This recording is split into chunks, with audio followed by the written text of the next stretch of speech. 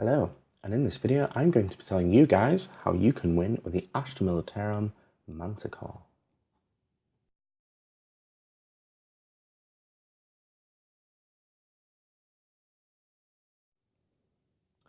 So as I said in the intro there, this video is going to be about the Manticore. Before we get on, if you'd like to see more videos like tactical videos, battle reports, how to save money and just general hobbying ideas, please hit the subscribe button with your chainsword and hit the bell button and you'll be informed of videos like this one.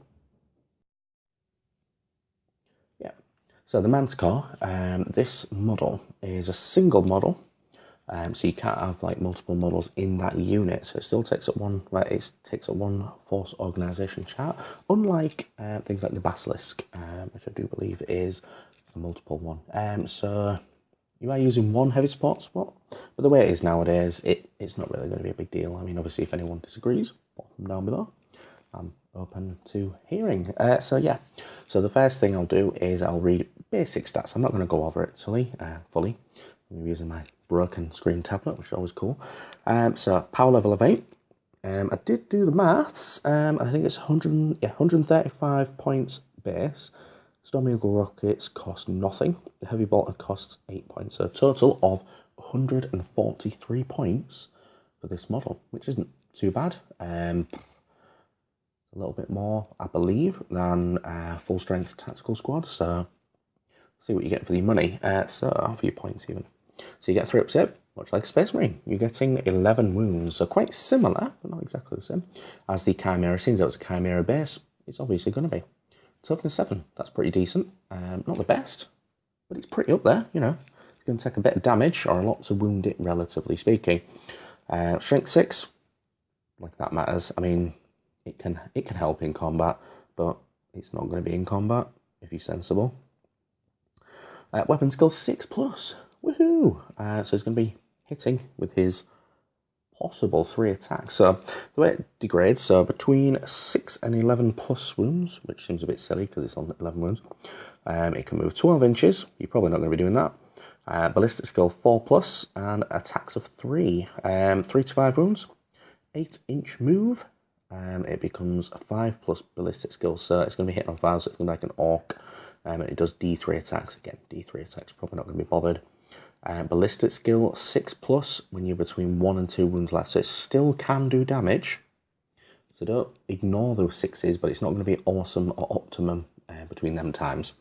So let's go over some more stats. The heavy bolter, we pretty much all know that, strength 5, and it is -1, does 1 damage. 36-inch range, not too bad.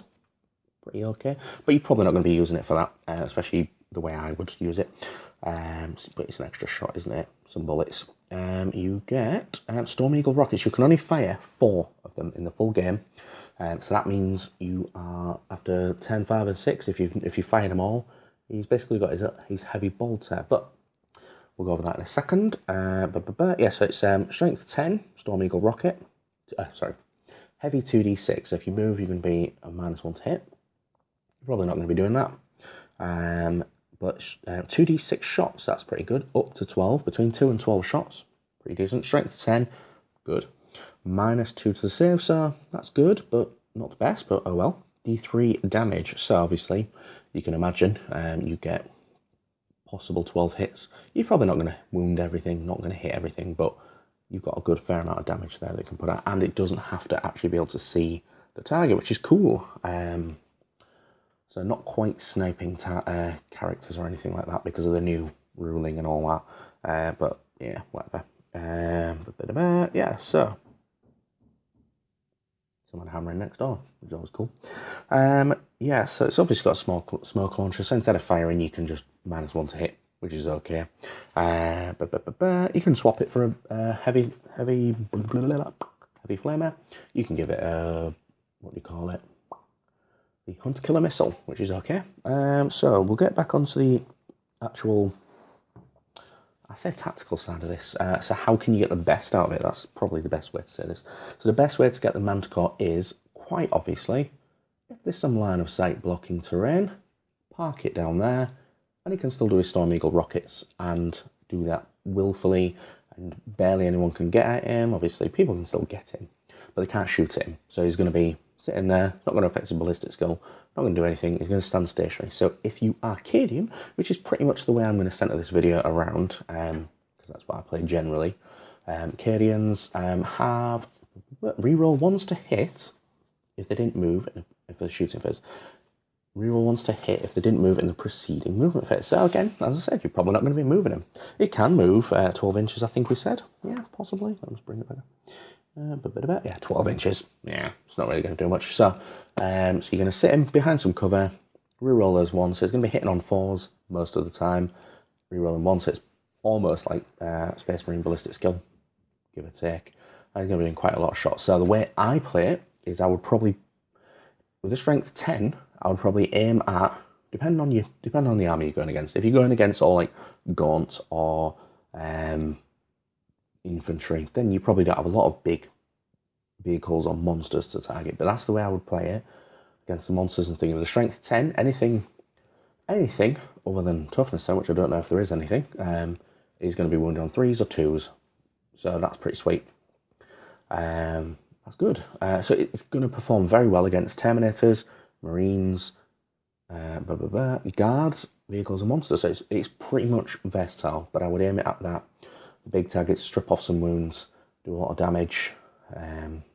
Land Raiders, the such like. It's going to strip 2 off the save. So that's the way I would play it. Now, obviously, you can back him up with a Tech Marine, give him wounds back if he's being targeted.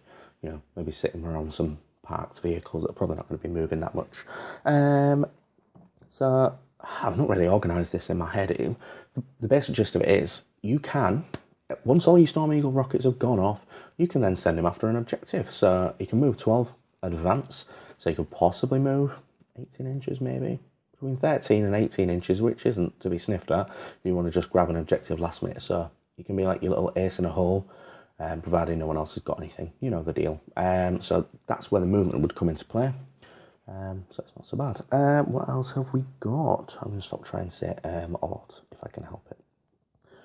We shouldn't play a drinking game where every time I say you have a shot, because you won't get it to the end of the video. And I shouldn't condone drinking. Shouldn't, but oh well. Yeah, so another way to get the Cadian effect is having a Master of Ordnance. So you have the Master of Ordnance next to him. It has to be within 6 inches, and the targets have to be over 36 inches. Now, if you're setting him parking him in the corner, he's probably going to do a good job of that. So, I did make a note of what kind of stratagems you can use. So a couple of them are, most of them are one command point. There's only one that's 2. Some of them are okay. You can use these, and I'll probably tell you which I think is the best one out of them. So you can use a jury rigging, which is heals a wound. You can use defensive gunners, Overwatch on a 5 or a 6. Now, yeah, you can. One command point again, take cover, +1 to saving throws. So that one's pretty sweet. So you'll get a toughness 7, 2-up save, which is pretty nifty. Whether you'd use it on him or something like a Lemurus, I'm not sure, but it's an okay one, you know, for defensive purposes, rather strangely. The second one is overlapping fields of fire. So you get +1 to hit after another Cadian unit has caused 1 unsaved wound against another model. So if you get a squad of guardsmen, you get heavy weapons team, they do a wound to a Land Raider or anything else like that, you're going to get +1 to hit. I mean, everything's going to get +1 to hit. But the good thing about that is, obviously, it's going to make them hit on 3s, re-rolling 1s. So you're only going to miss on a 2, pretty much, nearly. So that's pretty sweet. That's probably the best one. And I think that's pretty much it. I think I've gone over everything that I would do, and I've hopefully put some tactics in there as opposed to just reading stats, which was a comment on a previous video. So if you've got any comments, wham them down below and tell me what you think about the video. Thumbs up, thumbs down, whichever's appropriate. And if you want to share it, go nuts.